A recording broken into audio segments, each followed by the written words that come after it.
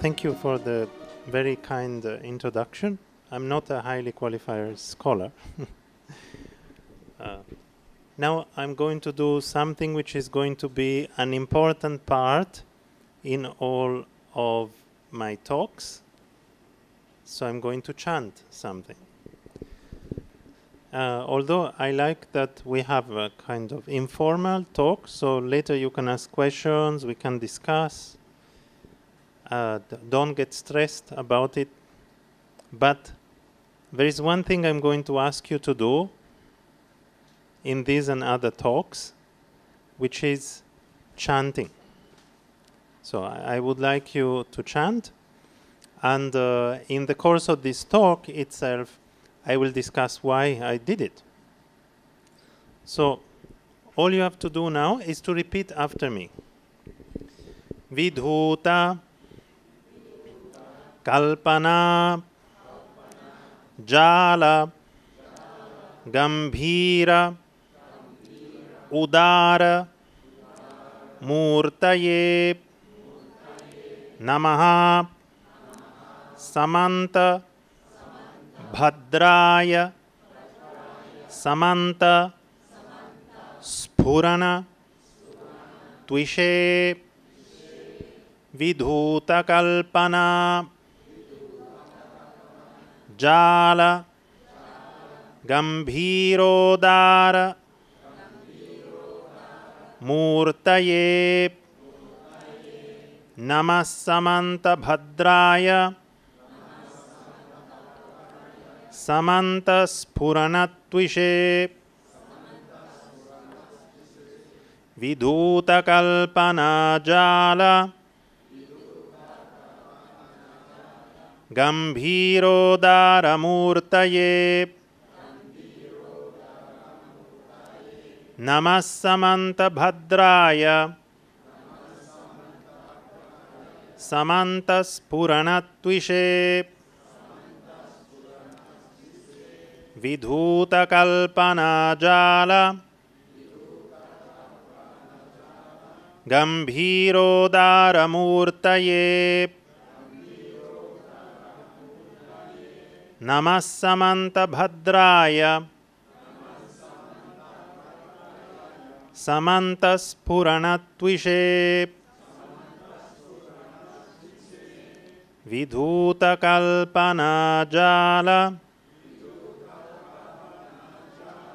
Gambhirodara Murtaye Namasamanta Bhadraya Samanta Spuranatvishe. Now we try one time all together. Vidhuta Kalpana Jala Gambhirodara Murtaye Namasamanta Bhadraya Samanta Spuranatvishe. Okay, very good. See, Sanskrit is very easy. It's very easy to learn Sanskrit. You just have to chant many times. You chant many times, you enjoy chanting, it's easy to learn Sanskrit. Now I will very briefly touch on the meaning of this verse, but we will go back to it later. Who wrote this verse? A great Buddhist master who was called Dharmakirti. Dharmakirti was a great Buddhist master, very famous for his skill in discussing about correct knowledge. So he was a great debater. He's famous as being a great debater. And is somebody who reflected a lot on correct knowledge. How do we obtain precise knowledge of things, of anything? How do we obtain especially precise knowledge of reality? And what kind of knowledge is it going to be? The emphasis of Dharmakirti is that ultimately, if we want to have a genuine knowledge of reality, this is not conceptual.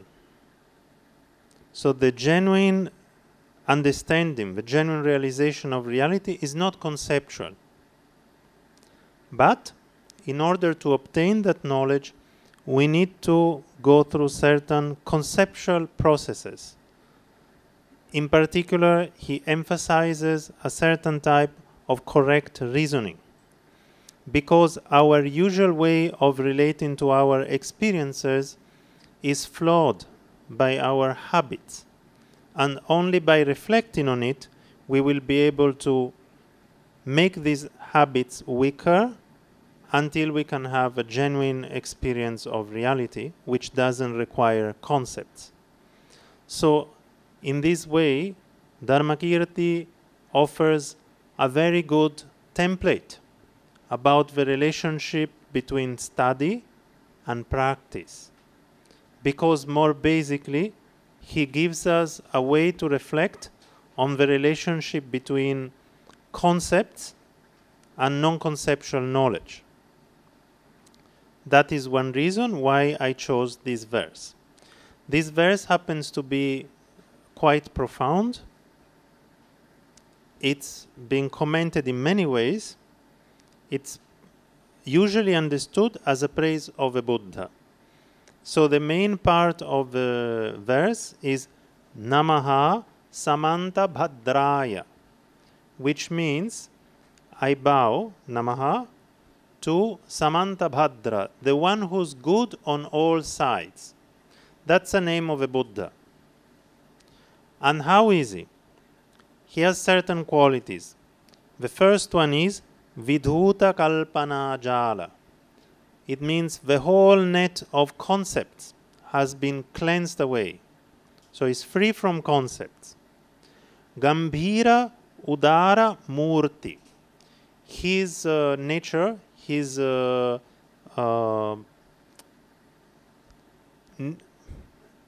form is Gambhira and Udara, which means profound.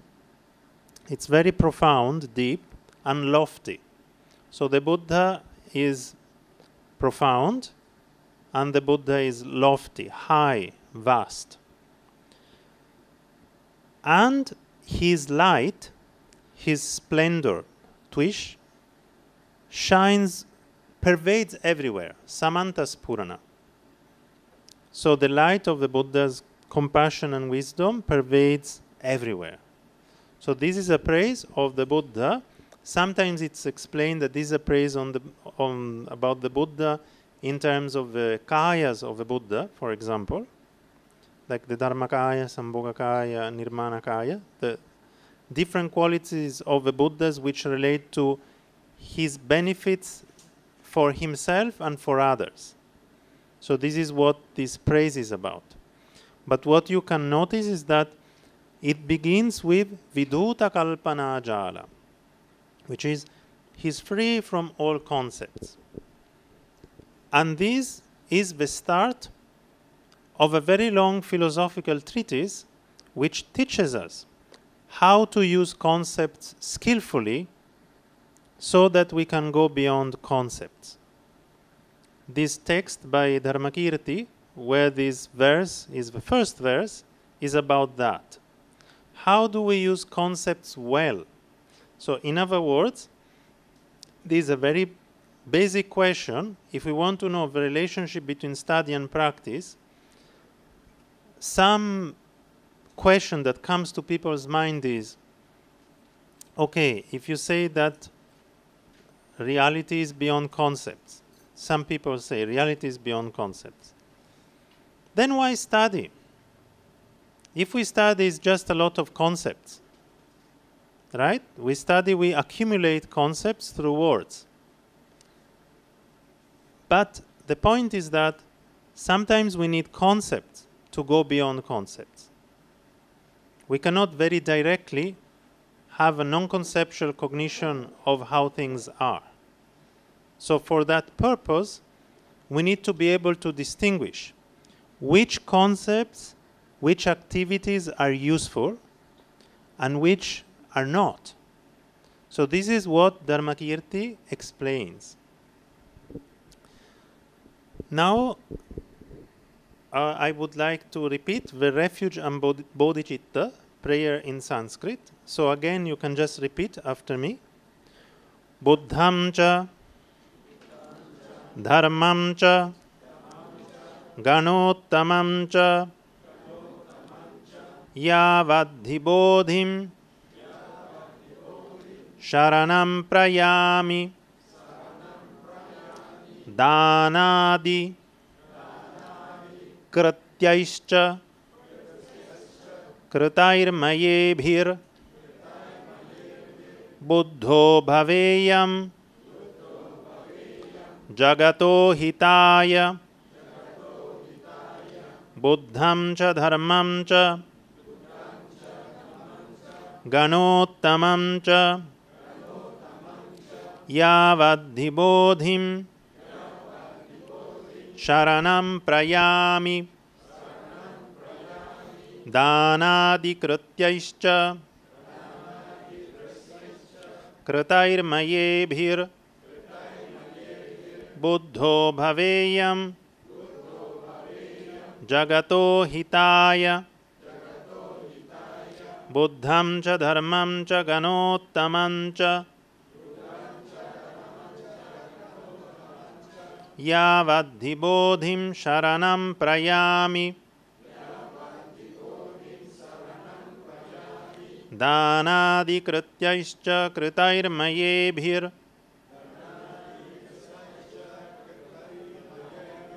buddho bhaveyam jagato hitaya.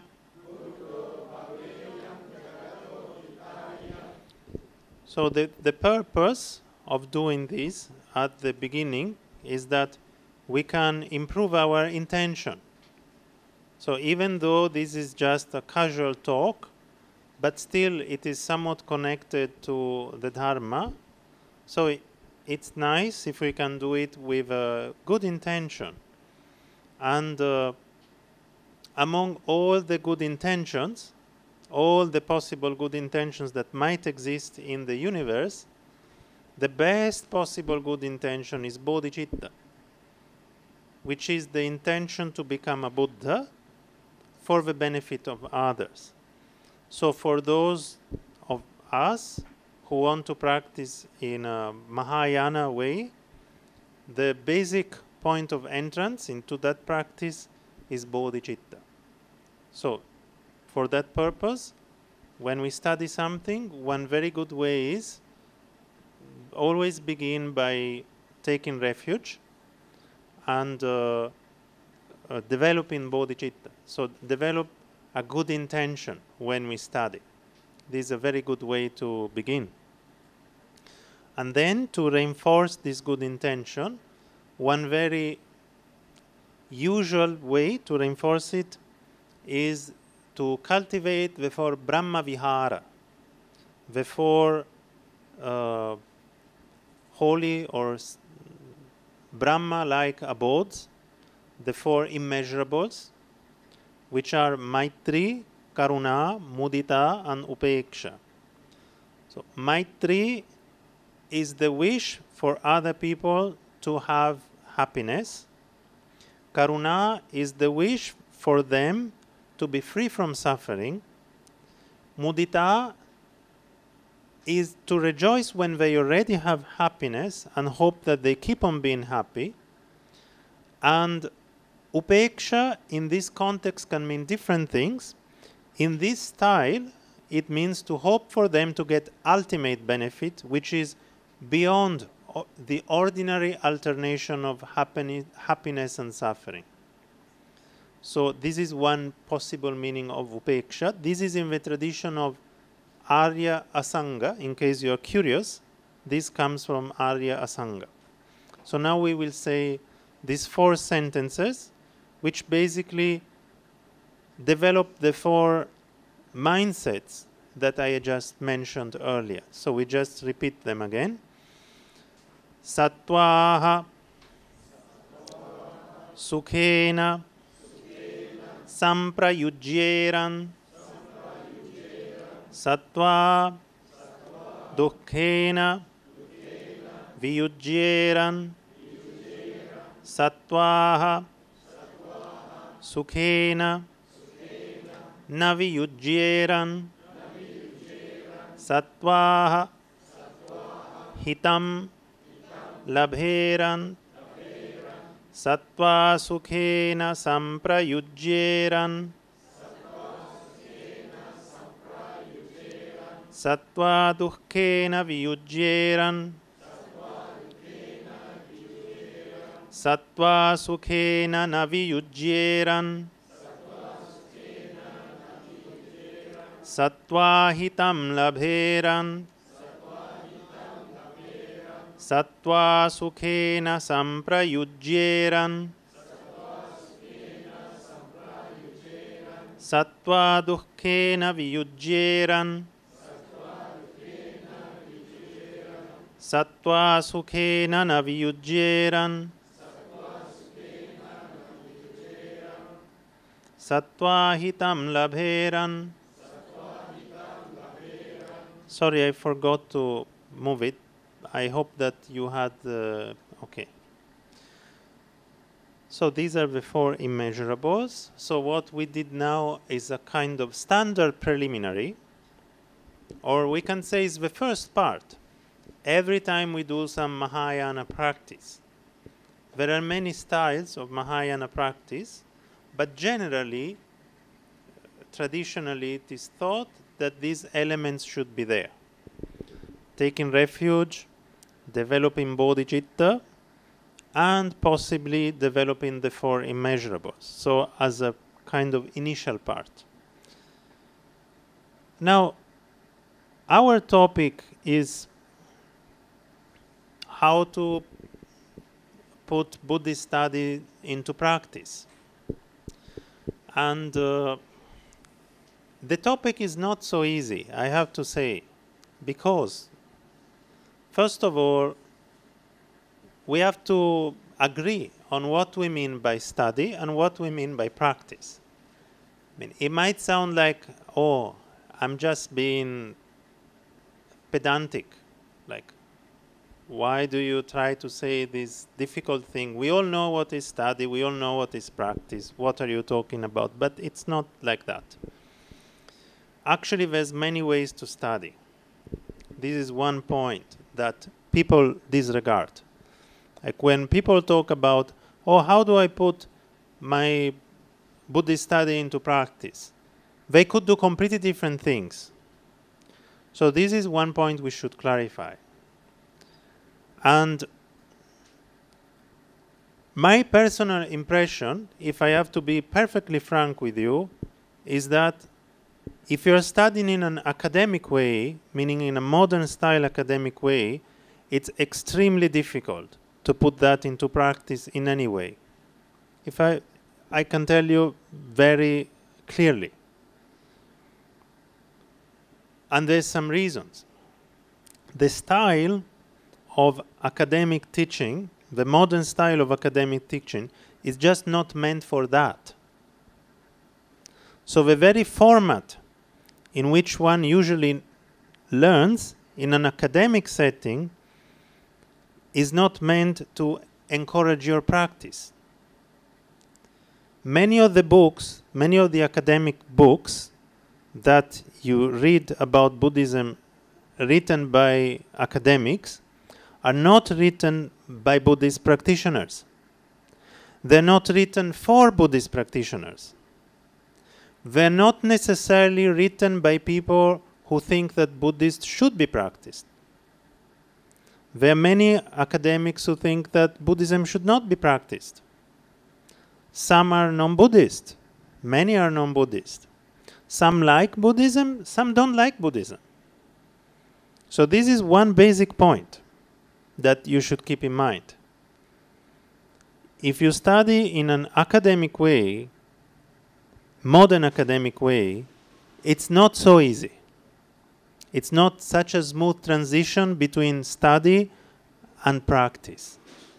If you are a very devoted practitioner, there are some books that might even make you a little uncomfortable, because some people don't have a connection to Buddhism. They don't have any sense of devotion to Buddhism.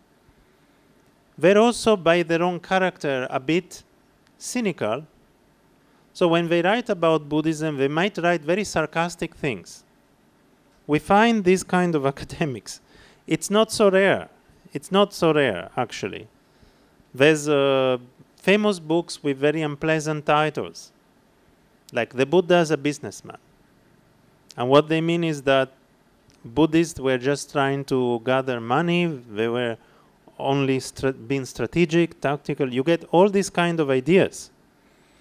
They would say things more or less like, oh, it's not, the practice is not important. Actually, all these people wanted was some political gain or something like that. You will find many academics writing in this way.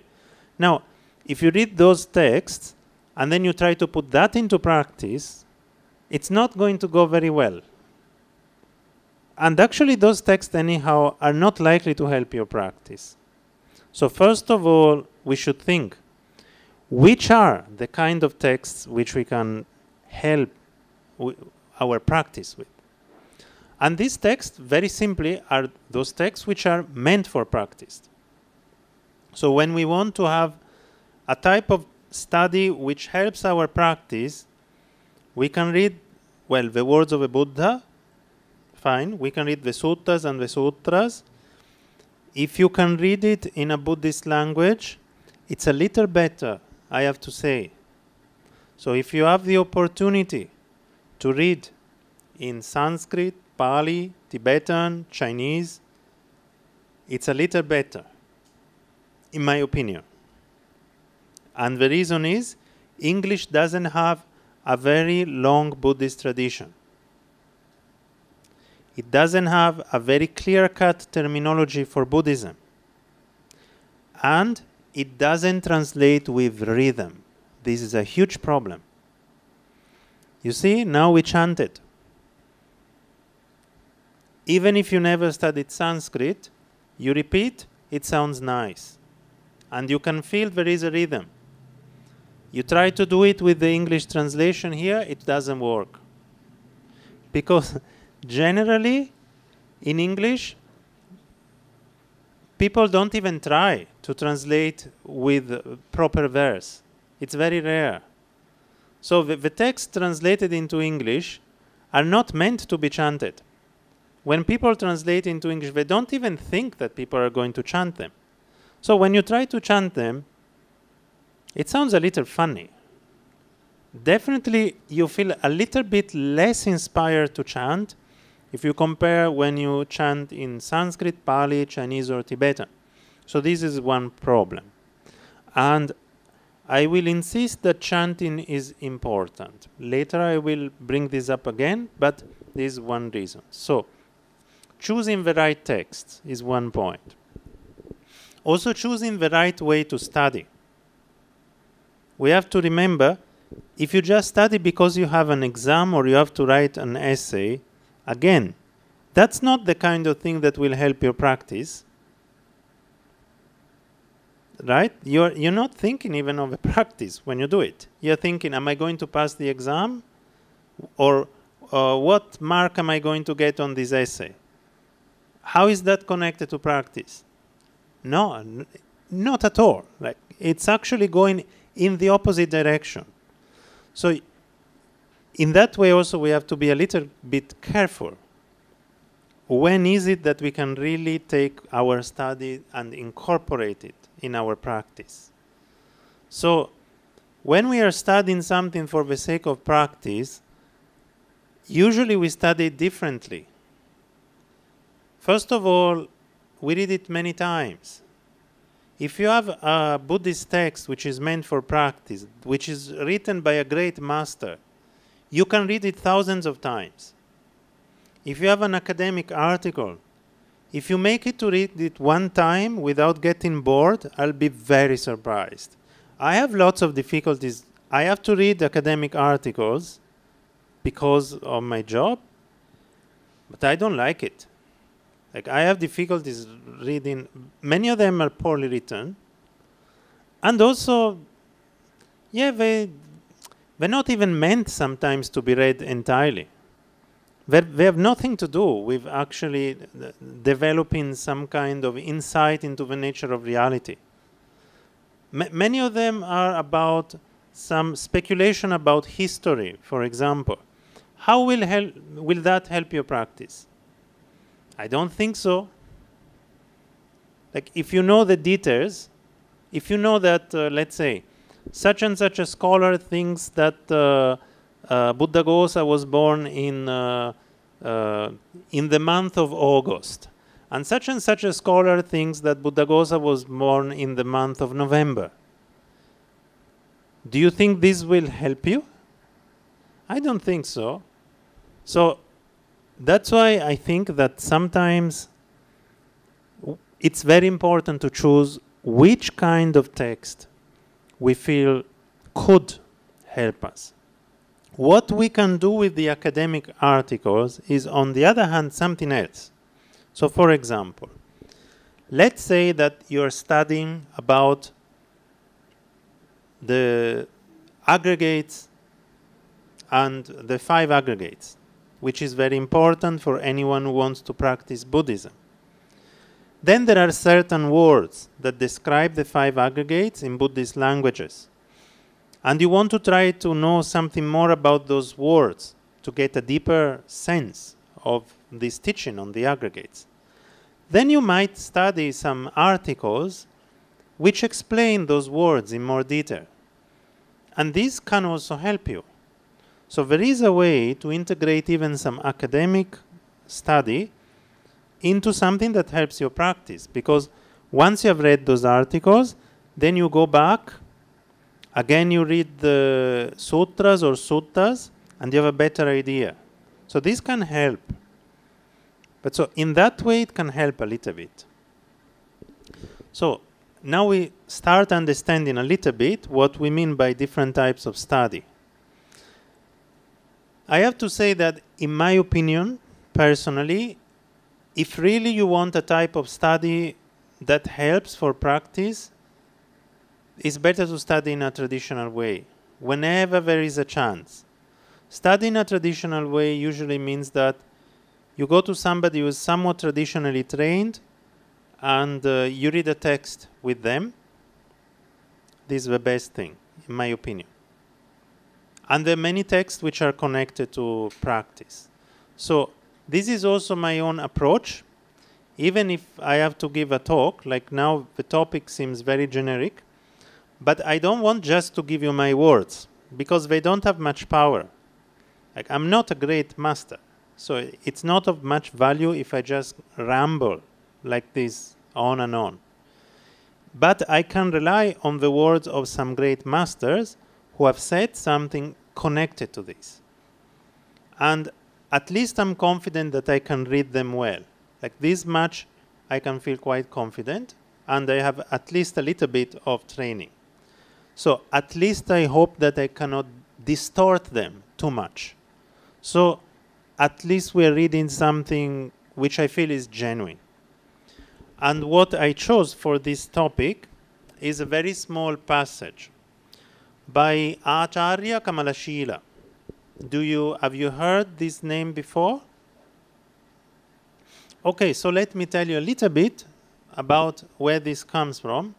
Acharya Kamalashila was one of the great masters who went to Tibet. He was a student of Acharya Shantarakshita, who's the first abbot of Tibet. He's the one who ordained the first monks in Tibet. And Acharya Kamalashila went to debate with a famous Chinese master called Huashang.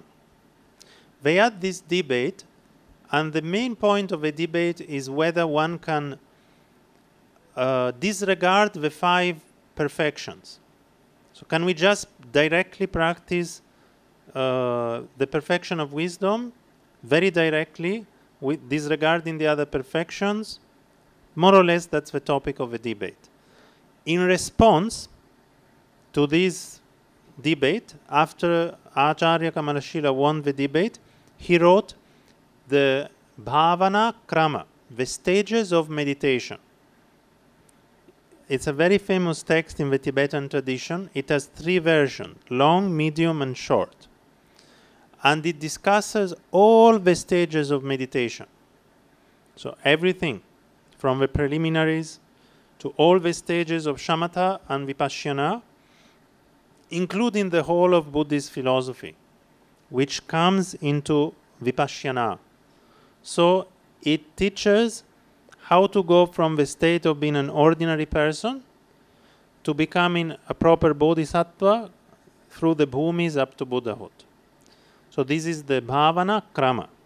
So one part of the bhavana krama discusses the 3 types of wisdom. So there are 3 types of wisdom which are taught in the Buddhist texts: Shrutamayi, Chintamayi, and Bhavanamayi. So this means wisdom made of listening, wisdom made of reflection, and wisdom made of meditation or cultivation. And these are usually supposed to be gradual. So study, if we want to understand where study fits, study comes into the first one. And I would like you to notice one thing. The words for learning in the Buddhist tradition all have to do with sound. Shrutamaya, it's made of shruta, of what one has heard. In the sutras, the Buddha said that a bodhisattva should always strive to be bahushruta. That's the word for very learned. And what it means is somebody who has heard a lot.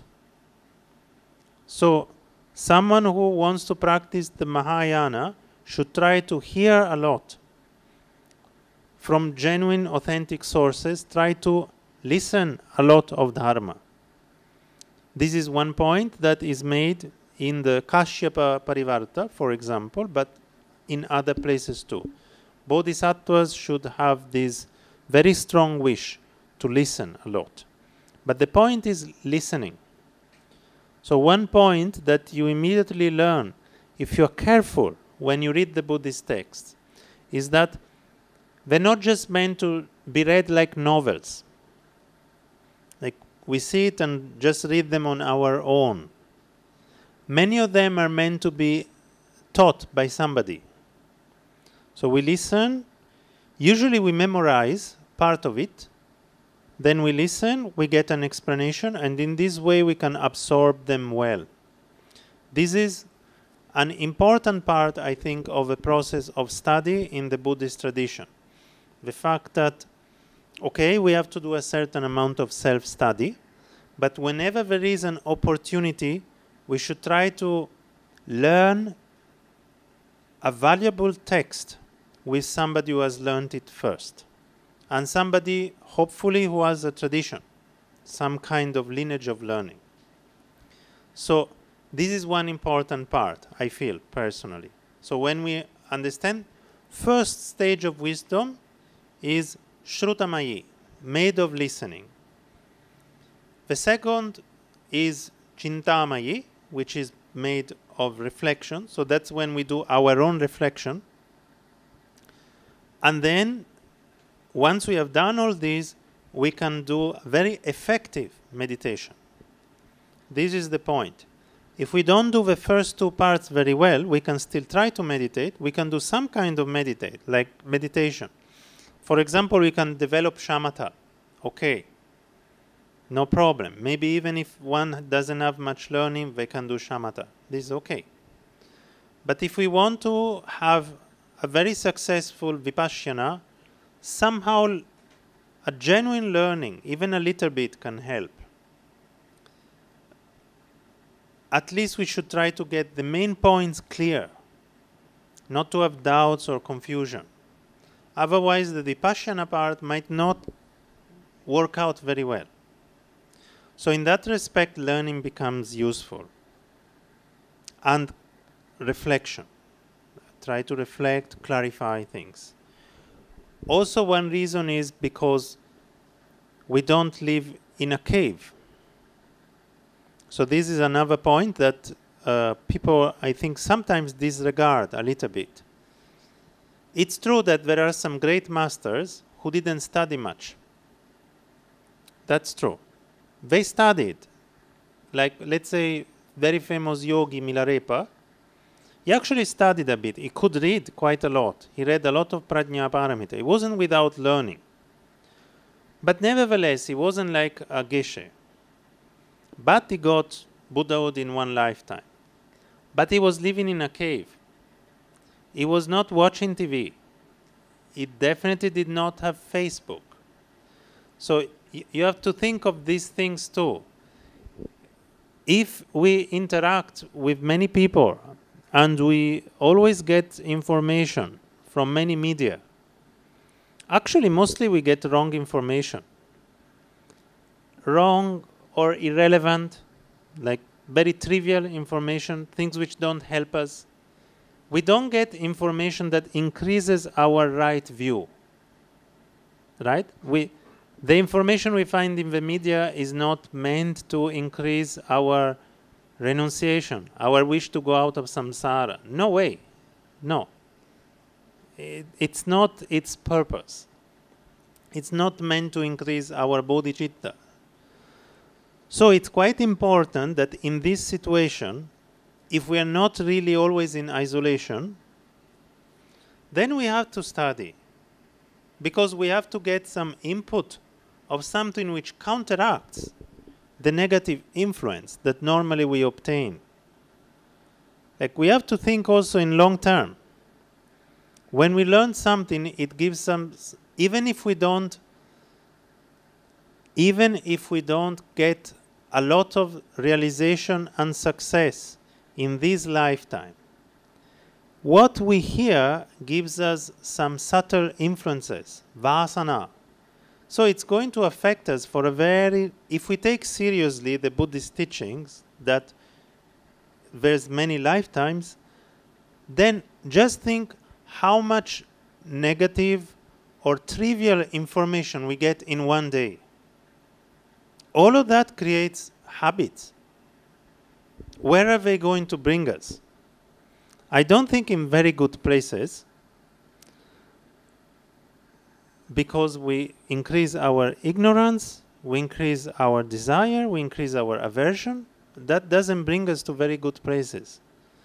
So if we have the opportunity to study things which go in the opposite direction, it's true, it's still something conceptual. Maybe we are not even able to really do the meditation part, but at least it gives us some influence. It's still something somewhat good. In my opinion, we have to think long term.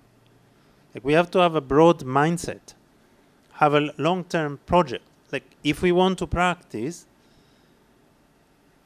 okay, it's true, don't grasp at the goal, that's fine, but don't grasp at the goal. Maybe it means have a long-term goal. Then automatically you don't grasp much. Like, if you know that, okay, I have a long-term project, if we are Mahayana practitioners, our project is Buddhahood. So that's quite long-term. And if we have this very long-term project of Buddhahood, we have to be very patient, check which are the causes and conditions, even to be able to keep on practicing. Like, this is another point we have to keep in mind. What is going to make sure that we'll encounter the teachings again? So we have to study them also to keep a connection. That's another point. So that's a very immediate way to put Buddhist studies into practice. Do it. If you do Buddhist studies, that is a practice. This is also one point. Study is practice. If you read the Buddhist texts which describe the practices of bodhisattvas, they include listening to the sutras, memorizing the sutras, writing the sutras, repeating them to others. That's study. If you do that kind of study, that is practice. That is bodhisattva practice. So in some cases, there is no division. Like, the question itself in some sense, is wrong. How do we put Buddhist study into practice? No, Buddhist study is a practice. You can also think it that way. There is no division.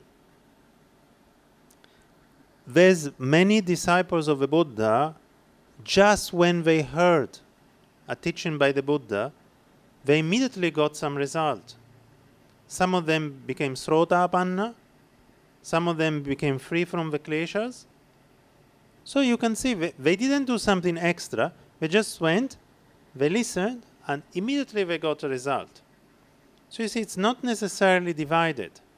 Now we have this very kind of simple-minded idea sometimes about, oh, study is something very theoretical. But it's not so.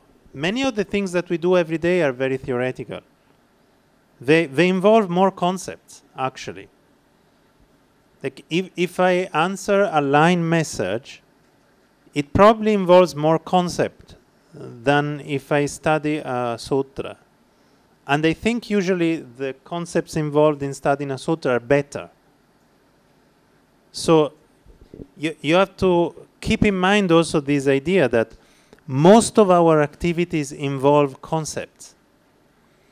So when you think, oh, study is theoretical, you should also think, well, but concepts are involved even when I go to buy some food. So why is not that theoretical?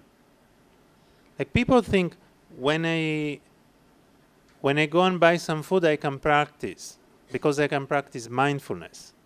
Okay, why don't you practice mindfulness while you read? Why not? Why does it, as soon as there is some text involved, then it looks like it has to become completely theoretical? Why? There's no reason, actually. That's not how it works in the Buddhist tradition. So, okay. Now I would like to get back one moment to the text, and I want to read this part. So there is there's an English translation. I translated it. And so please look at the English translation. I'm going to read the Sanskrit actually and explain a little bit more of the words, because so you get some extra, and then when you read again on your own, you have a little bit more of an idea.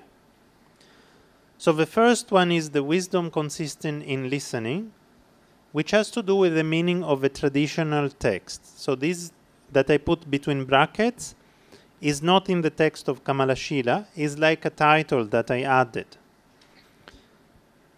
So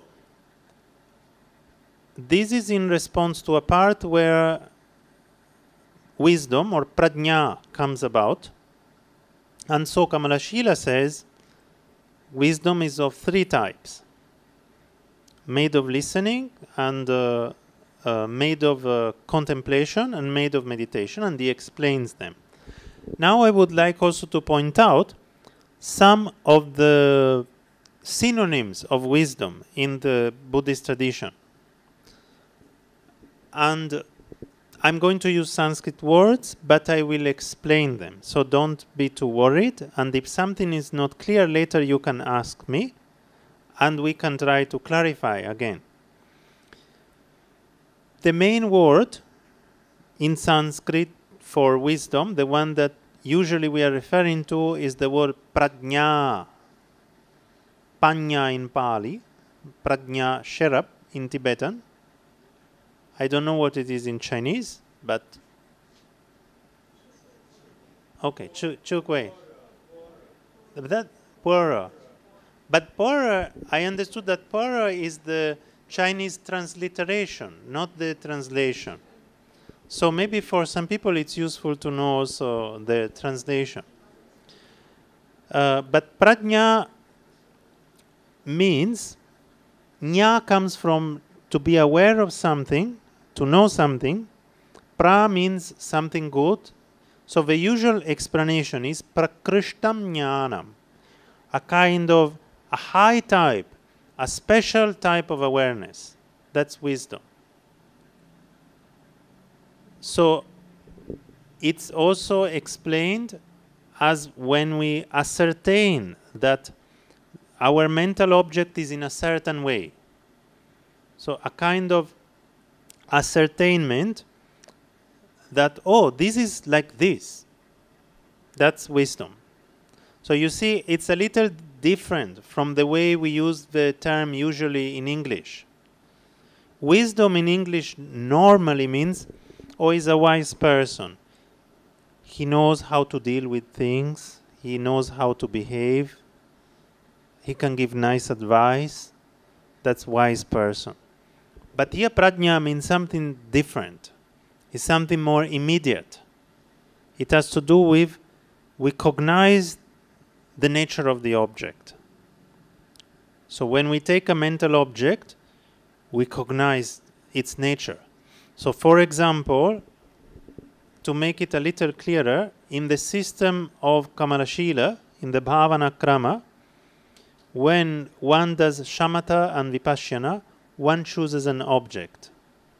The object usually is a visualized Buddha because it also creates merit and a connection to the Buddha. So one visualizes a Buddha, and the shamatha part is that one is capable of just keeping the mind on that visualized object for as long as one wants, without any effort and any distraction. That's the accomplishment of shamatha.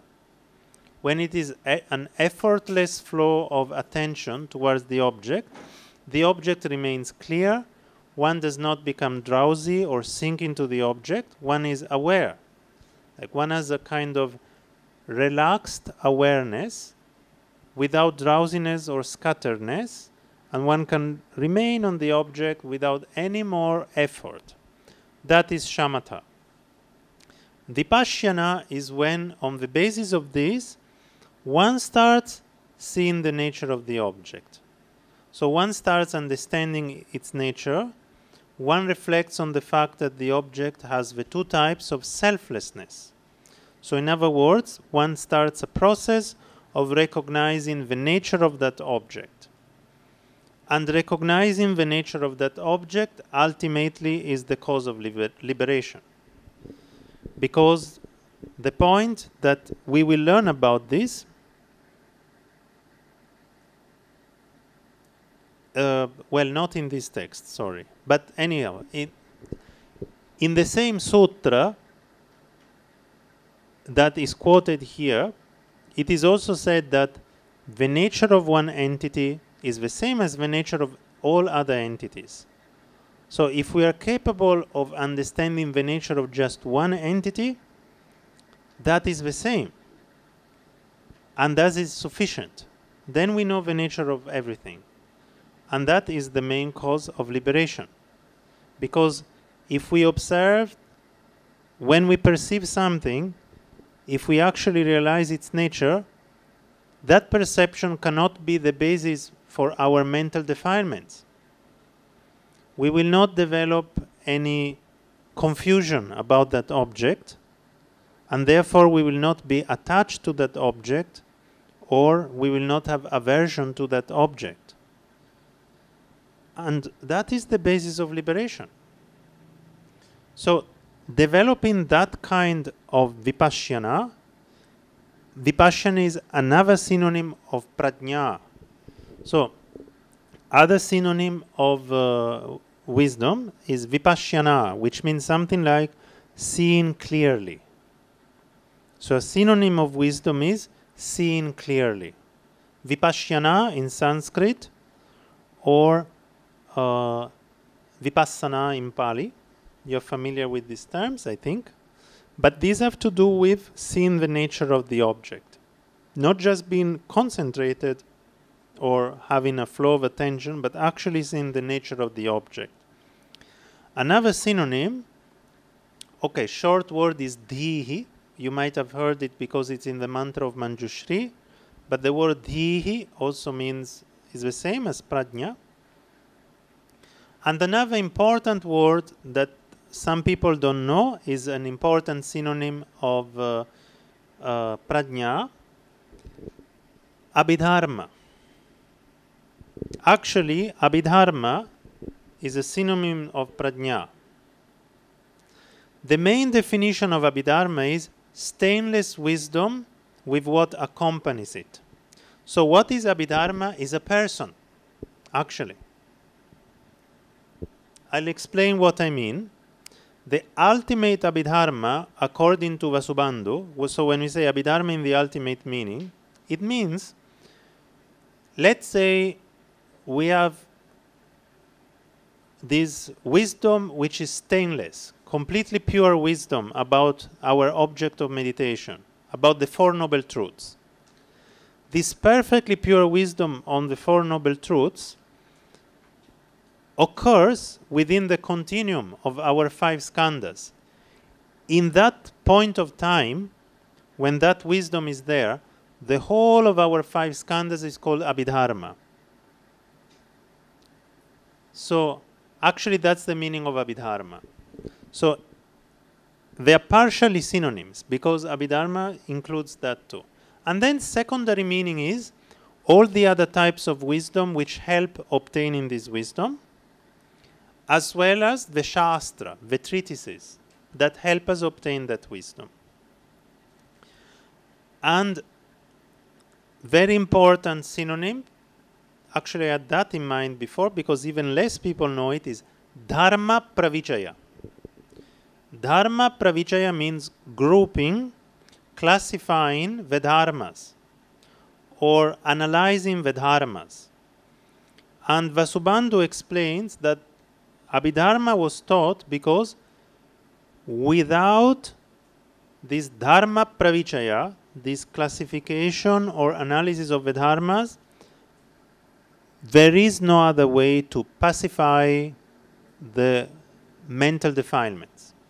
Dharmanam pravichayamantarena nasti kleshanam upashantaye bhyupayaha.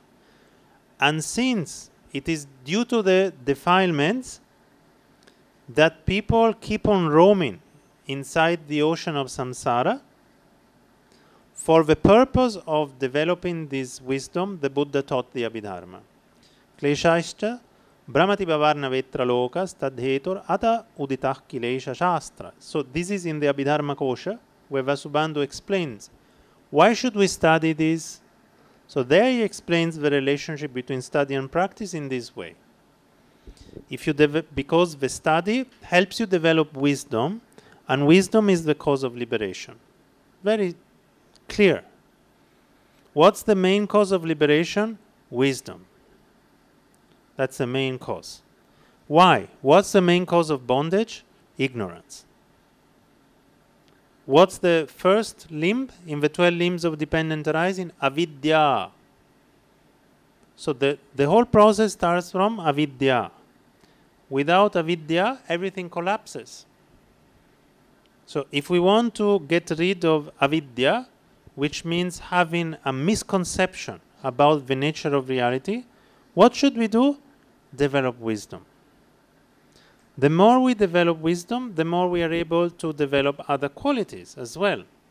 That's another point. Why does the Buddha has the highest type of compassion? One reason is he has the highest type of wisdom. And so these two are always together. What's the highest type of compassion? Compassion that accords with emptiness. That's the highest type of compassion. Is much more than compassion without a realization of emptiness. So the more we increase wisdom, the more we can increase other qualities. And vice versa. So another way to increase wisdom is to increase the things which are easier to increase. But these I will once again come back. So let us read what Kamalashila says. And now I just introduced one word, the word wisdom. So in respect to wisdom, first of all, one should give rise to wisdom that consists in listening. This Shrutamayi Prajna. So what does that mean? It means listening or reading the sutras and the shastras, the traditional treatises which help us understand the sutras.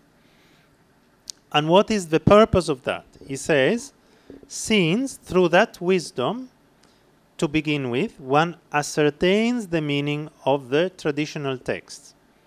The word I translated with traditional text is agama. You might have heard this word. I heard that this is used in Malay also to refer to religion. I can understand why. Agama means something that has come, so it means something like tradition. And it usually refers to the words of a Buddha, normally. So what we want to know as Buddhist practitioners is what the Buddha meant. At least, first of all, we should understand what the sutras mean. So we should try to become familiar either directly by reading the sutras or by reading some shastras. So that is one of our purposes. So that's our first type of wisdom. We ascertain the agama. So you know the dharma is of two types. There's one classification which says the dharma is agama dharma and adhigama dharma. Agama means the dharma which is of the traditional texts. Adhigama is the inner realization. So if we want to preserve the dharma, we have to preserve both.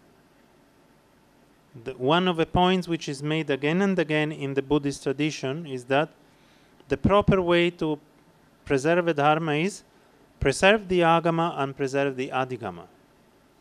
So the ideal situation is where we have a community where both exist, and we can put them together and pass them on for future generation of practitioners. So that is our first type of wisdom. The second type of wisdom, then, through the wisdom that consists in reflection, one pierces through the fully brought out meaning versus the meaning that needs to be brought out. This sentence maybe sounds a little confusing, but it's not so difficult. The point is this, that actually, even if we know more or less what the sutras mean, we always have a difficulty of trying to understand when is it that the Buddha is speaking very directly and when we need to interpret what he said. This is a kind of art of interpretation of the sutras, and actually in the Buddhist tradition there are many different opinions and many schools about this. And the point of this Chintamaya Prajna, the wisdom made from contemplation, is that sometimes if we just borrow somebody else's opinion, we're not really convinced. Our doubts have not really gone. So, let's say our master likes Madhyamaka, for example, and therefore when he or she reads the sutras, the Perfection of Wisdom sutras, he explains it as Madhyamaka. And he explains that the yoga achara, the mind-only interpretation, is lower. Maybe we're convinced, then okay. But if we just follow that because he said it, sometimes it's not so good. Because it's not the result of our own reflection. So what we are supposed to do in that part is that we should actually go back and ask questions to the master. If you study the Madhyamaka interpretation of the Perfection of Wisdom, and you find that it criticizes the Yogacara interpretation, but if you think, actually, yeah, to me it looks like the Yogacaras are right, not Madhyamaka. Okay, the master thinks Madhyamaka is better, but still, I think that Yogacara makes more sense. Then what are we supposed to do? You're not obliged to agree with the master. You can go and ask. You can go and ask. Why do they say like this? And then if you're satisfied, automatically your mind will change and you'll follow a Madhyamaka position. Otherwise, you can follow a Yogacara position. There's nothing wrong.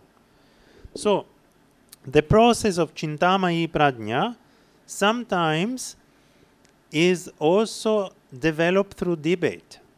There is a long tradition of debate in the Buddhist tradition, And this is to develop this kind of wisdom. Because there is one example which was given by one of my Sanskrit teachers. He's not a Buddhist teacher, but I think this example is for all the Indian traditions. What's the purpose of debate? Why many philosophical texts are in the form of debate? The explanation is that I was given is like this. When you are putting a wooden pole in the ground, you want to make it stable. After you put it down, what's the first thing you do? You shake it.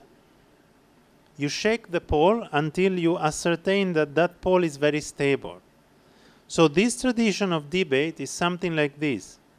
You make sure that you're not still shaking. At one point, one has to come to a kind of ascertainment.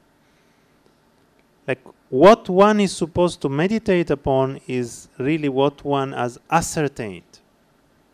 So he says, in this case, what we do is that we come to understand when is it that the Buddha is talking in indirect way. So for example, when the Buddha speaks of the 5 aggregates, is that ultimate or not? When the Buddha says that the aggregates themselves are empty, what does it mean? Is that ultimate or is the other one ultimate? So we have to decide. Sometimes we have to make up our own mind by a lot of reflection. But this reflection can pay off. Why? It pays off, and here is where Kamalashila offers us some warnings about what happens if we don't do this process. He says, then after having ascertained it through that wisdom, one meditates on a real meaning, not on an unreal meaning.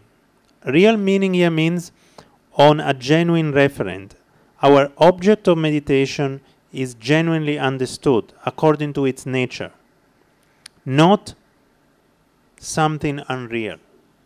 So that is the point. The point is that because otherwise, that by meditating on something that may even be distorted, and as doubt may have not been removed, right awareness will not arise.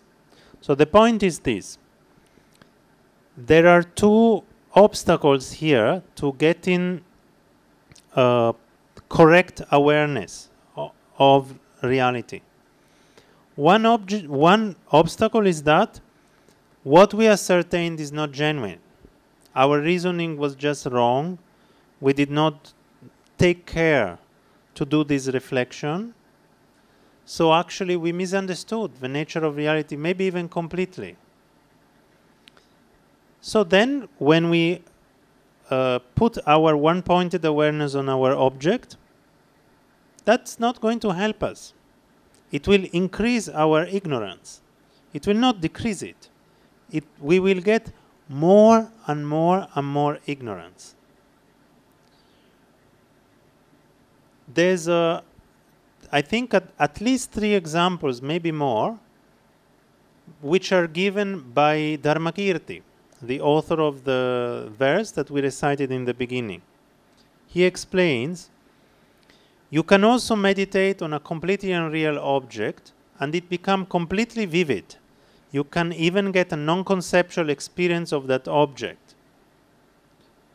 And it will increase your kleshas. Your mental defilements will come up, not down. 3 examples. He gives an example for attachment, an example for aversion, an example for confusion. First example for attachment is, just think of somebody who is completely madly in love with somebody.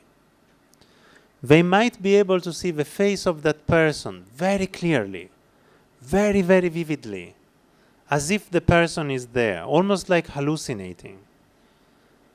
That's not good. Like in terms of trying to reduce desire, that's not going to help. So if the person wants to reduce desire for the other person, having the non-conceptual imagination is not going to help. It might be a perfect one-pointed shamatha kind of imagination. But that kind of shamatha will not help, because it's an object of desire. So actually the desire will increase. Another example he gives is a thief. A thief who has stolen a lot and is very scared of the cops. He sees policemen everywhere, like they're really there. And this is not a conceptual process, like he has such a strong fear that suddenly it looks like there is a cop. Like a almost non-conceptual perception of a cop. That also is not helpful. Is not going to get his mental defilements away. He increases his aversion for the cops. So if he keeps on imagining them more, this will increase. Maybe the clearest example is the one about confusion. The example about confusion is how the non-Buddhists meditate. The non-Buddhists meditate on a permanent self. Non-Buddhists are convinced, many non-Buddhist philosophers in India were convinced that there is a permanent self. Like that beyond this body and beyond the layers, superficial layers of mind, if we really are able to look deeply, we can see a permanent self. And according to many non-Buddhist philosophers, if you are able to realize that permanent self and just stay in there, you obtain liberation. You're not affected by samsara anymore. That's an increase of ignorance. Dharmakirti explains, if you meditate like that, you just increase your ignorance, because your grasping at a self increases. You might stay in shamatha for very long time, but it's not a cause of liberation. The cause of liberation is an awareness that there is no self. The awareness of selflessness is the cause of liberation. So that is the point that is being made here. If we meditate on a distorted object, like when we take the distortion of something impure, we perceive as pure. We perceive something impermanent as permanent. We perceive something which has no self as a self. If our object is perceived with this distortion, it's not a cause of liberation. So we might meditate for a long time. It will not help us that much. And also the other point is that we might have doubts. That's another point. In some sense, we cannot really choose to believe something, especially something about the nature of reality. It's a little difficult. Like if somebody says, oh, everything is momentary. It lasts only a very small moment, but we never perceived it. It's very unlikely that that person has such an authority on us that immediately we are convinced, 100% convinced. That's going to change our life forever. Just because somebody came and said everything is momentary and we're super convinced that, but I see the chair is continuing. Exactly the same chair. It was there 5 minutes ago. So where's the momentary chair? It's very hard to believe. So that's why it's very important to do our own reasoning. Because otherwise it's kind of a borrowed idea. Then it looks really theoretical. That's when study is very theoretical, when we don't do the reflection. Because then they're just somebody else's idea. We don't challenge them. We don't have even an inner debate. So if we want to be convinced of something, we have to clarify our doubts. Like if somebody tells us everything is momentary, our reaction should be, why do you say that? What is the reason for you to say that? I don't perceive things as momentary. Most people don't. So what is the basis to say such a thing? Is there a basis?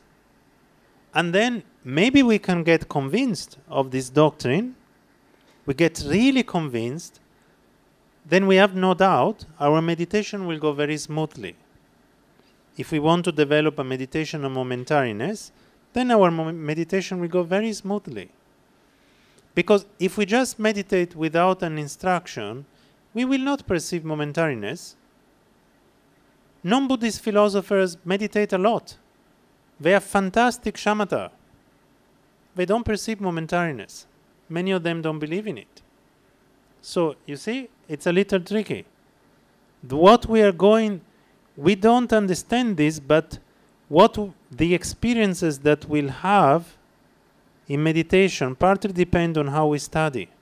A lot depends on how we study, what we hear from our teachers. It makes a whole lot of difference. If you check the way in which non-Buddhists meditate, the purpose is completely different. Many of their meditations are very different. The shamatha part is similar, but as soon as you get into meditations which have to do with the nature of reality, it changes completely. Then you can have completely different experiences. Which one is genuine? Better check first. That is the point here. Better check first, clarify all doubts, and build up a good foundation for the meditation practice. That is the point.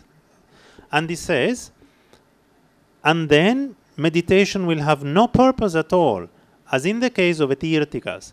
Tirthikas refers to the non-Buddhist practitioners, like let's say the followers of Advaita Vedanta, the followers of Sankhya, the followers of yoga, the followers of all these Indian philosophies. Please remember that we are reading a pre-modern text. So it's not politically correct. It's not trying to say something too nice about the other systems. It just says it's no purpose at all. It's a slight exaggeration, if you wish, because usually it is agreed that their meditation has some purpose. It has some good results.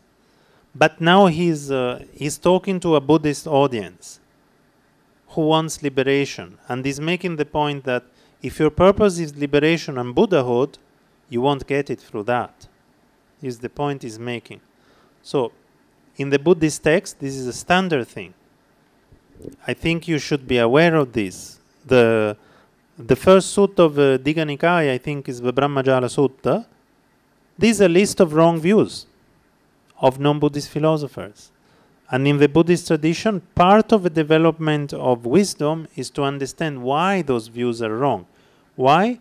Because, again, otherwise there's no stability in the practice. If I don't know very clearly what is wrong with this view of a self, right?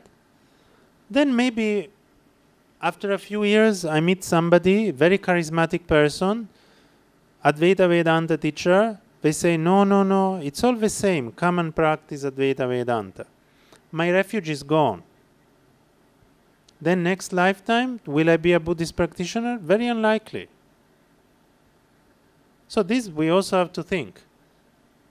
If we practice Buddhism genuinely, it's because we have some conviction. So sometimes it's good to check. What do the Buddhist masters say about these philosophers? It's not disrespectful.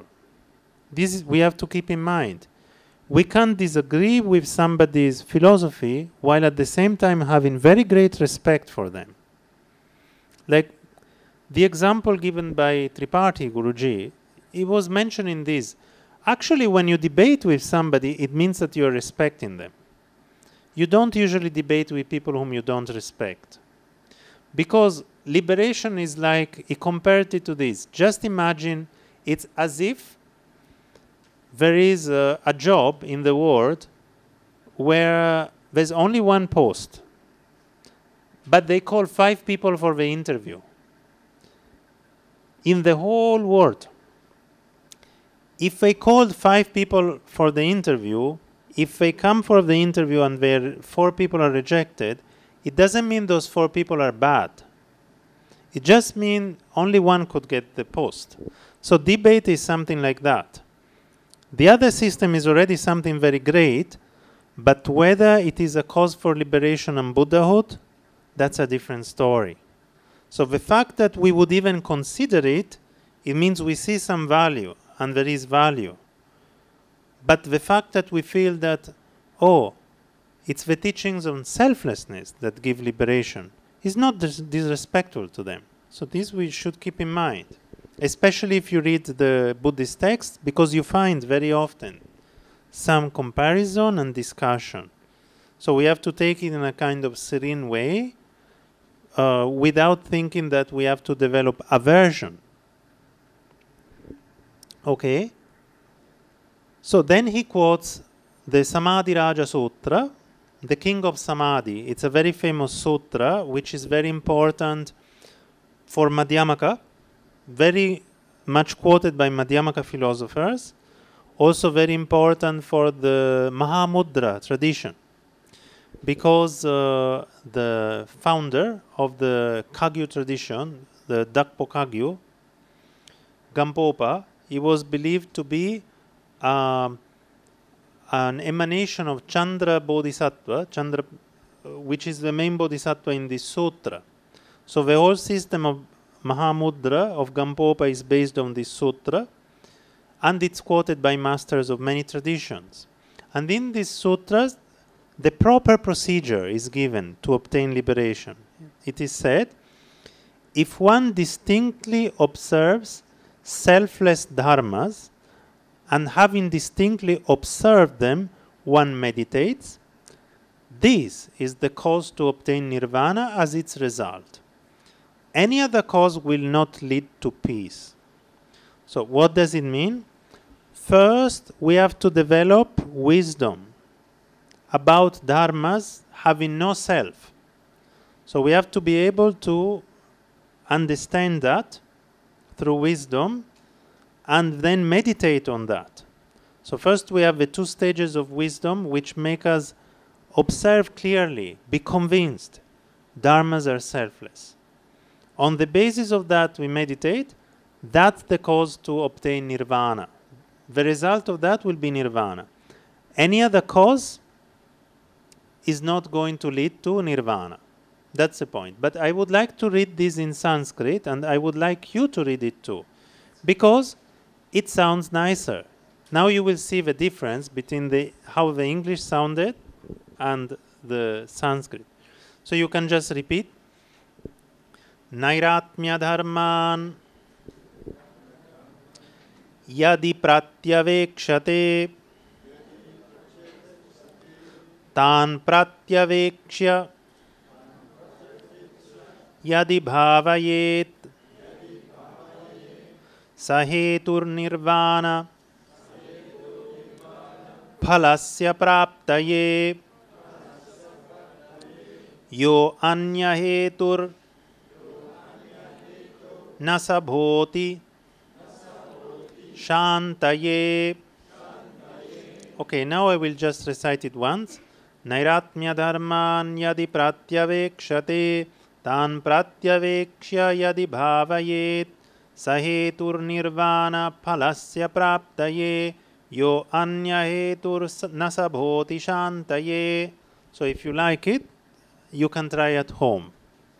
Like you can repeat like 111 times, 333 times. Repeat as much as possible.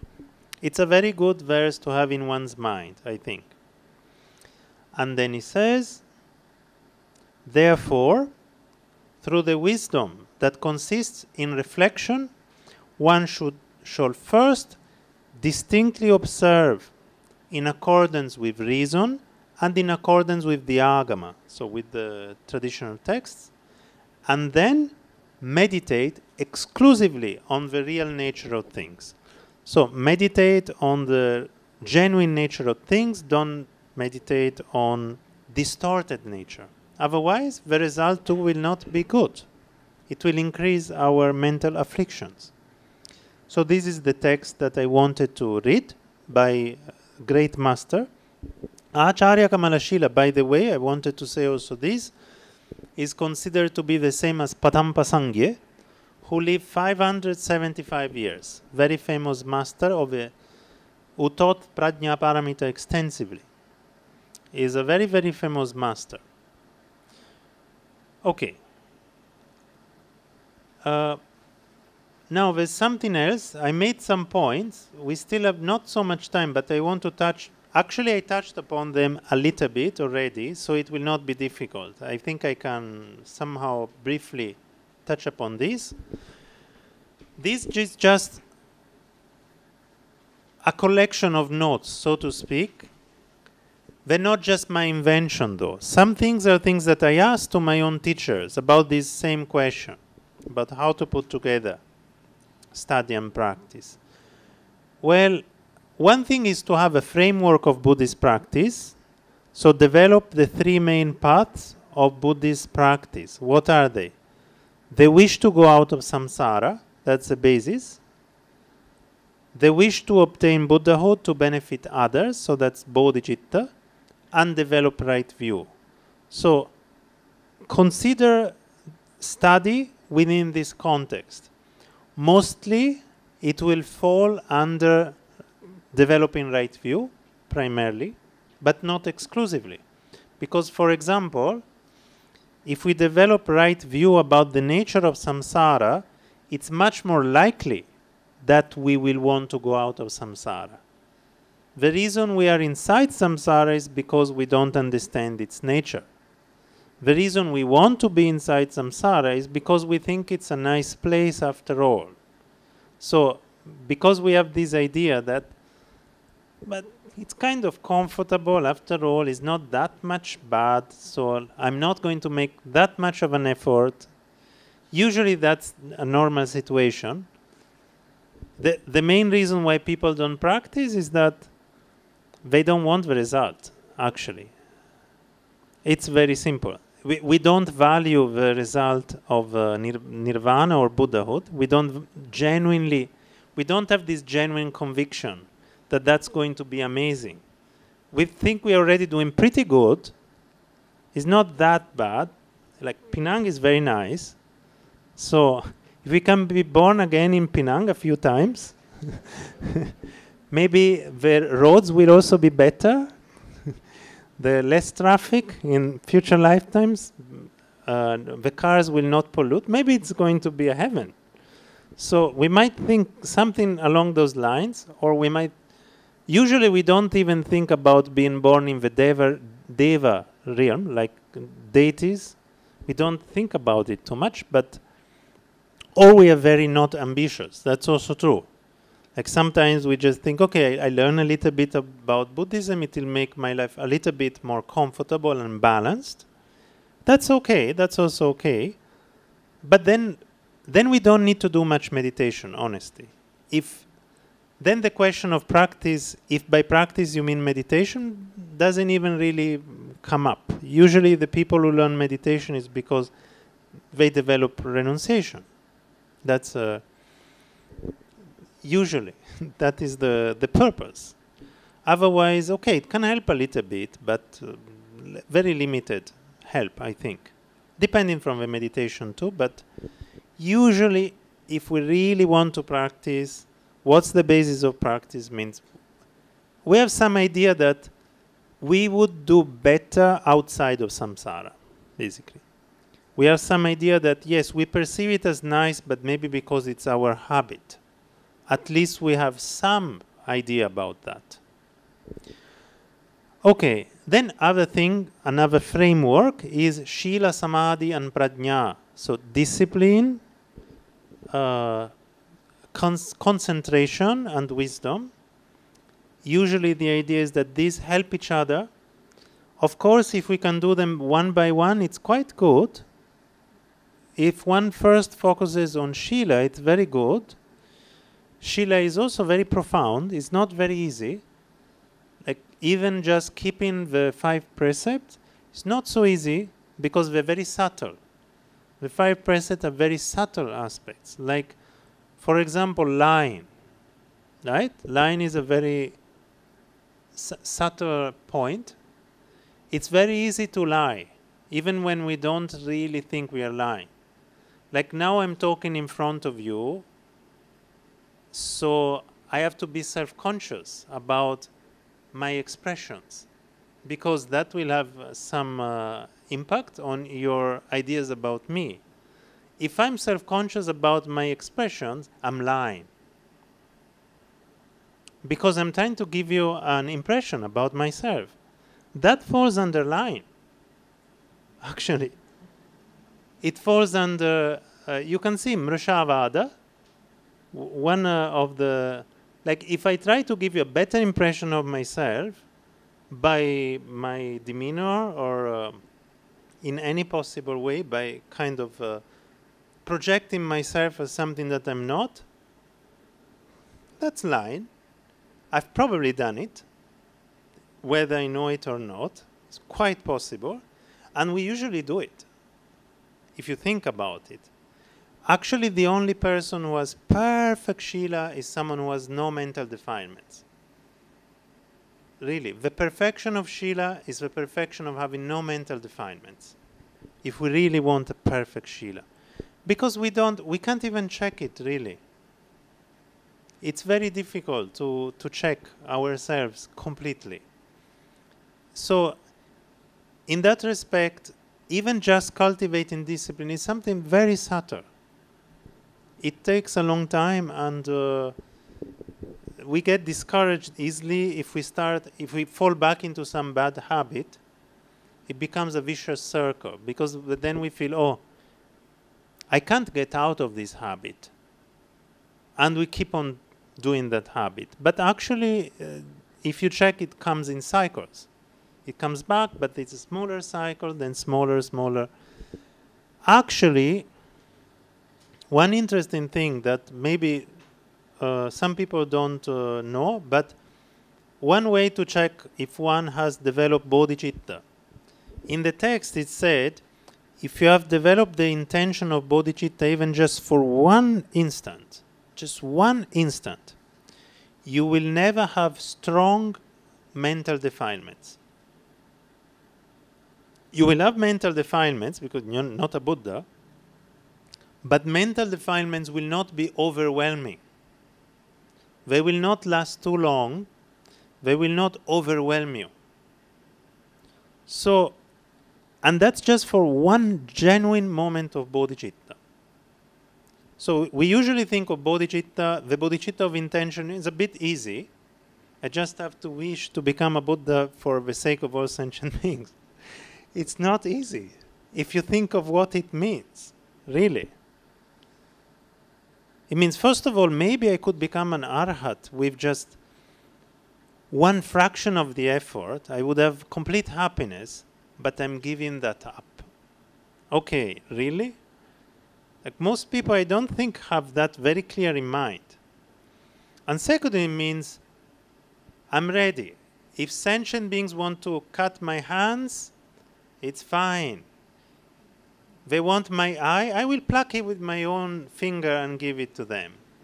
It's okay. I will do this millions of times, as long as it takes. That's bodhicitta. I don't think that it's very easy. So, regarding bodhicitta is something to take seriously. We have recited the refuge and bodhicitta. Actually, both of them are really difficult. So one can reflect on them again and again. And this goes with the next point. Study starts session itself with refuge and bodhicitta and end with a dedication of merit. So you want to put together study and practice, make your study a practice. Just do what you would do for any other practice. When you're reading, you start studying, start by refuge and bodhicitta. Develop a good intention, even while you're studying. Start with this kind of clear intention of while you're doing it. Then your study itself is a practice. You finish your study session, and then you dedicate. It will make your study better too, because it means while you study, you try to be a little bit serious. You don't do 1,000 other things. Don't chat while study or do other things. So this is also one way which is quite effective, Maybe when study for shorter time, but with this method of developing refuge, bodhicitta, four immeasurables, and then end with dedication of merit. That's one reason why we did it today. I wanted to give an example. And this was actually a suggestion that I had from one of my Tibetan lamas, from Ayan Rinpoche. It's a very simple suggestion. If you think about it, it's very simple. It's just remember when you are about to open your book and start studying to do this. You're a Buddhist practitioner, you can do it. We should take this somewhat as a practice. So in that case, immediately the study itself is practice. Also, one difficulty for modern style study, memorization. We don't do enough memorization. So this is one thing we should try to do. And for this I have some experience also because I went to this place in China called Wenli Academy, where they make people memorize a lot according to mostly the Confucian method, Dujin, reading the classics. And I'm telling you, I saw the children and young adults who've been doing this. They're different people just by doing that. Just by the fact that they spend many hours a day chanting, they don't try to memorize. This is one important point. Don't try to memorize, just chant the same text as many times as possible. Automatically, after some time, you have it memorized. Automatically, you are going towards shamatha. That's another point. You are starting to have some focus. That's a bridge even in that way. Your study becomes a shamatha practice, a small level shamatha practice, but something remains in your mind. When you're doing something else, some sentence will come to your mind. When something happens to you, some important sentence will come to your mind. So your book is not anymore just in the book. It is part of your mind stream. So my suggestion for this is, let's say you have any subject. You have, and you know one Buddhist language. If you know one Buddhist language, choose a text in a Buddhist language. Otherwise in English, fine. But let's say you're studying a subject. Take at least one short sutta, and chant it every day. Something connected to that subject. Even if you're studying something academically. Let's say you're studying a course on dependent arising. Take a sutra or a sutta which briefly describes dependent arising and chant it every day for a long time. It will make your study more meaningful, and it will make the sutra more meaningful. It will make, I think, a big difference. So this is one point which I would recommend you. Another point, if your purpose of studying is for the sake of practice, try when you can to study with people who are practitioners, when it's possible. Of course, best is if some kind of master is available and is ready to teach, great. Try to learn from them. This is better. Of course, it's very difficult. We don't know who practices. So don't necessarily underestimate somebody because they don't tell you that they practice. It doesn't mean they don't. Maybe they're better sometimes. Like there are people who practice but don't tell it to anyone, even a little bit. And those can be really very good practitioners. Actually, that's a good example. That's something that I like as an example. I have a slightly different approach. Like I say openly that I'm a Buddhist because nowadays people don't do it for, I think, the wrong reasons sometimes. But generally speaking, our practice is not something for show. Like we don't practice to show others that we are practicing. That would be foolish. And it would harm our practice as much as possible. So we should always avoid that. We should never think that we practice and then we go and tell to other people, oh, I do this practice. That's not good. So you have to remember that, okay, if possible, we study with teachers who practice, but it means we have to observe. How do we know that somebody is practicing? We don't know it by the fact that they say it, right? This we'll never know. You should try to see if you start trusting that the person is kind of at least not harmful. Like if the person looks like someone who's not a harmful person, for example, and looks like a beneficial person, there's different ways. Like if when you spend time with that person, you feel like you want to do more virtuous activities, wholesome activities, rather than the opposite. And also one very practical thing which comes from the Gelug tradition primarily, but not exclusively, and this was something that Samdon Rinpoche recommended. This is something that is used for the Lamrim teaching. So those of you who have studied Lamrim should know about this. Is the alternation of analysis and focus. That's how one meditates on Lamrim too. So that means we don't really do shamatha, not real vipassana, but we do something like vipassana and something like shamatha, which means when we take a topic of reflection, we reflect on it by active conceptual activity until we understand it clearly. When we have a moment where it's clear, we try to remain in that understanding for as long as it is clear and stable, which usually is very short. When it becomes again foggy, we start analyzing again. This is done in the Lamrim, for example, even when we reflect on impermanence and death. That's something that is somewhat easily relatable.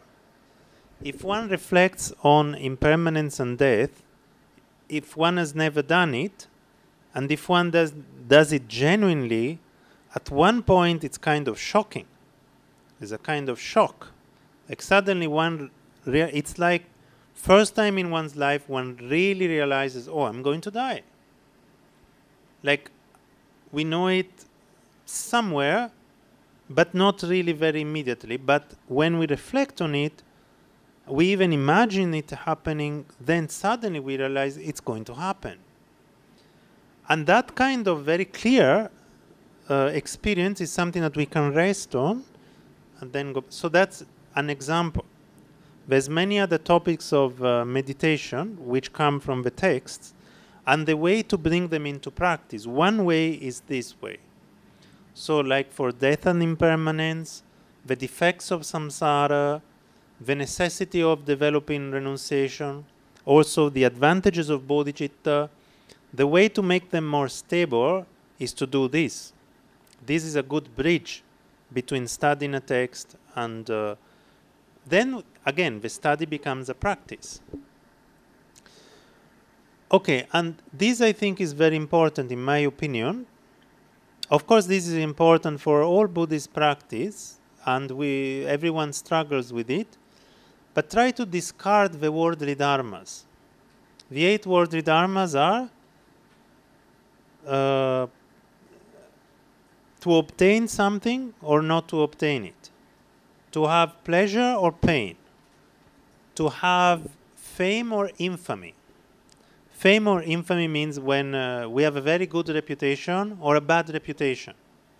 And also being criticized or being praised. So it's very important if one wants to get, I think, some kind of genuine practice, to disregard these things. One should be aware that these things come and go. They're not important at all. Like in terms of one's practice, it doesn't make any difference. Somebody praises you, it makes no difference. Somebody criticizes you, it makes no difference. Because generally they don't see your mind anyhow. At least don't get upset, at least. If criticism is true, then it's useful. So then, okay, thank you for the criticism, that's great. Usually take it with a grain of salt, because the only people who can criticize you really effectively, I think, are people who are clairvoyant. So you want to get a useful criticism, go to somebody who can read your mind. Then they can help you. Those people can tell you what your problem is. Then that criticism has a lot of weight, and you can recognize, oh, this person hit the spot. This is really true.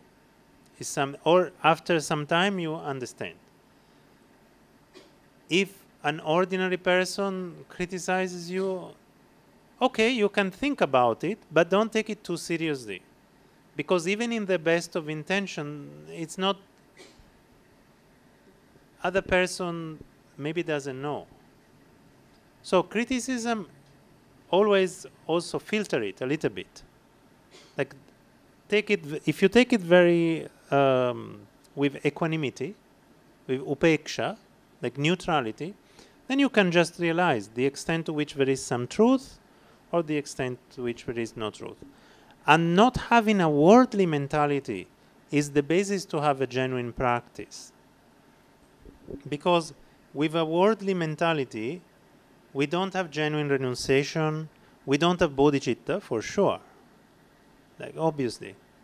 Like, without renunciation, there is no bodhicitta. A very simple thing. How could there be? How could we wish for others something that we are not even able to wish for ourselves? It's not possible. So, this reduction of worldly dharmas, simplification of one's life, if possible. Like, of course, we have some mental needs, so it's not like an immediate thing, but if we can make our life simpler, reduce the number of activities, that makes things easier. Like having less activities, then also that's a practical way to put study and practice. If all you do is study and practice, you'll have no problem in putting together study and practice. Immediately they're together. If these are your only two activities, genuinely, there's no problem. They are together. Like, you only do those, and you don't even have to think about it. The problem is that normally we have many other activities. We have activities which have to do with our livelihood, sometimes, and activities which have to do with our entertainment. Like, we strongly feel the need that we should be entertained. It's like a kind of moral obligation that some people feel that in the evening they should watch TV. It's like they're missing on something if they don't watch TV. they have done something wrong. Actually, it's a huge waste of time if you think about it. In many ways, it's not helpful. But also we have social obligations. And that's, I understand it's very important in some ways, but you should know that contrary to popular ideas, in the Bodhisattva teachings it is especially said very explicitly that solitude is important. So in Mahayana teachings, it's especially said that one of the practices of bodhisattvas is to avoid crowds. Very explicit. Whenever possible, stay in isolation. So this is also another way. When possible, do some retreat. It has lots of advantages. According to one's capacity, even just a little bit, like 1 hour a day, but spend alone. Some time alone is very important, I think, to develop even this ability. Many of the things actually, what's the best way to put together study and practice? Study and practice. If we really study and practice, even all this advice, it's all contained in the practice. If you think about it, 90%, 99% of the things that I've said, you would have heard already from somewhere else. So these are general, very general advice that you find about Buddhist practice. So usually, if we are actually practicing and we are actually studying genuinely, we don't even get this question. So how to put Buddhist study into practice? Study sincerely, practice sincerely. Very simple. If you want some more formal ways, okay, like I said, maybe develop bodhicitta at the beginning, take refuge, then do the dedication, chant. All of these I think can help, the additional condition. But basic point is, if we have a very clear-cut intention, very sincere, and we work hard, it's kind of automatic. I think it boils down to that, actually. Okay, now it's very late, so what we can do is at least say the dedication, and then if you have some questions. Now again, I'll say it in Sanskrit so you can repeat. It's on page 4, and it's here. Anena punyena tu sarvadarshitam avapya nirjitya chadosha vidvishaha jararuja mrityu mahormi sankulat samudhareyam bhavasagarat jagat anena punyena tu sarvadarshitam avapya nirjitya chadosha vidvishaha